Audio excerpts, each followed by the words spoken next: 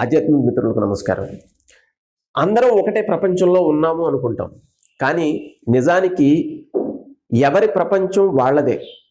అంటే ఇక్కడ వస్తుపరంగా అందరికీ కనిపించేటువంటి విషయం ఒకటే అయినప్పటికీ వాళ్ళ యొక్క ప్రపంచం అనేది వారి యొక్క కల్పన, భావన, ఆలోచనను బట్టి ఆధారపడి ఉంటుంది.